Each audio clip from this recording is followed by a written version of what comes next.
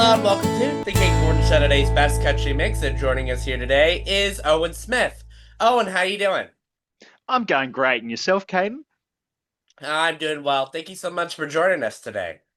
Oh, it's a pleasure. Thanks for having me on. So let's get started by getting to know you a little bit and tell us, how did you get started in music?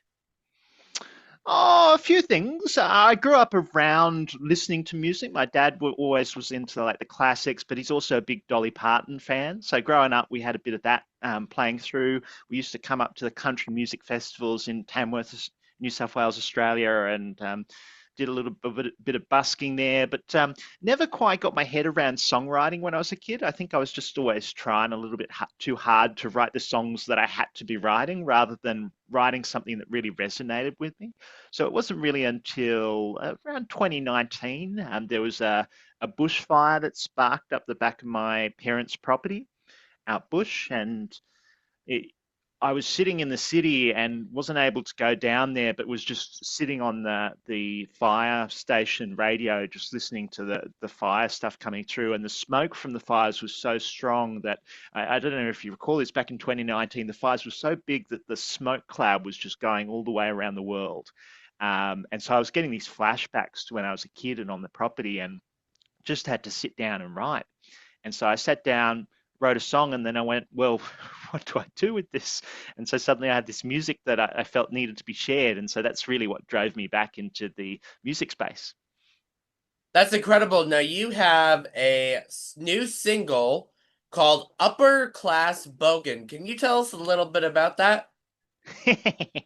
So I was sitting in Sydney, Australia, and driving through the city, and I spotted this Porsche four-wheel drive. I don't know if you've seen Hmm. those. And Yeah, yeah, it was yeah. just I don't know if it struck you, but it seemed to me like that's a really odd thing to go out and do. Like, who goes, okay, I'm having a midlife crisis. I want to get a nice, souped up sports car, and it needs to be able to fit 12 kids and three dogs in the back.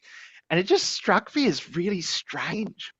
And so the idea came to me of them being like an upper class bogan. And for your American listeners, a bogan is kind of like your uh, your hillbillies, your kind of rednecks, your salt of the earth kind of people in Australia. So that's a term that we use for them.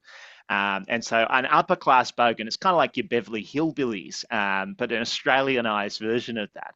And so I was sitting there going like, it's kind of like an upper class bogan. They're living their best bogan life, but they're also kind of trashing the neighborhood as they do.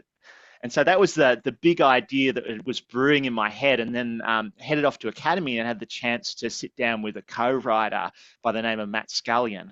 And I came with a list of ideas to write with, and he took one look at that one and said, "If we're writing that one, and if you're not singing it, I will." So that was where the idea came from. No, that's awesome. Now, if you had an opportunity to collaborate with any artist, whether they're with us today or not, who would you choose and why would you choose them? Oh, that's a tough one. My hero is Ian Moss, who's a phenomenal Australian guitarist. So that would be up there. I'm also a huge fan of Brian Setzer. So I think from the kind of rockabilly space, I just love the guy has so much talent in his fingers. Um, but the other one, there's this guy who was a phenomenal, and he's one of the reasons I was so passionate about music, a phenomenal guitarist by the name of Phil Emmanuel. You know his brother well, Tommy Emmanuel, um, phenomenal acoustic guitarist.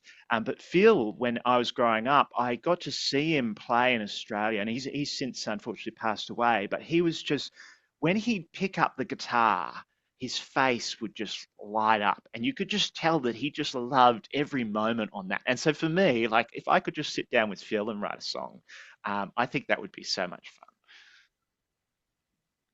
So, if you had an opportunity to go anywhere in the world and do a show, where would you go and why would you go there? Oh.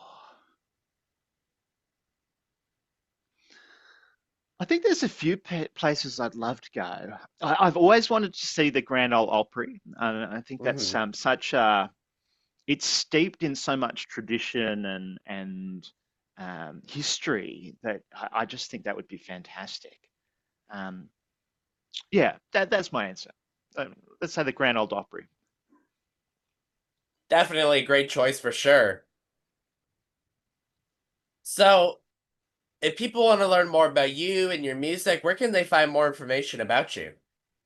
Well, I've got all my stuff up on owensmithguitar.com. They can find and follow me, of course, on socials. I go by the handle Owen Smith Guitar, but my website's the best place, owensmithguitar.com. I've got all my merch up there. I've got my EP from last year, and I've got the new single Upper Class Bogan on there. Awesome. And Owen, is there anything that I forgot to mention that you would like to mention before we go today? Anything you'd like to mention? I think I think that's the thing. I'm based out of Tamworth and quite involved with the Tamworth Country Music Festival. So one of the big things I'm starting to get prepped is the Tamworth Country Music Festival. So if any of your listeners are in town for that, like I'd love to see them. I'll be putting on shows. There's so many fantastic artists flock from international as well as across Australia together for that.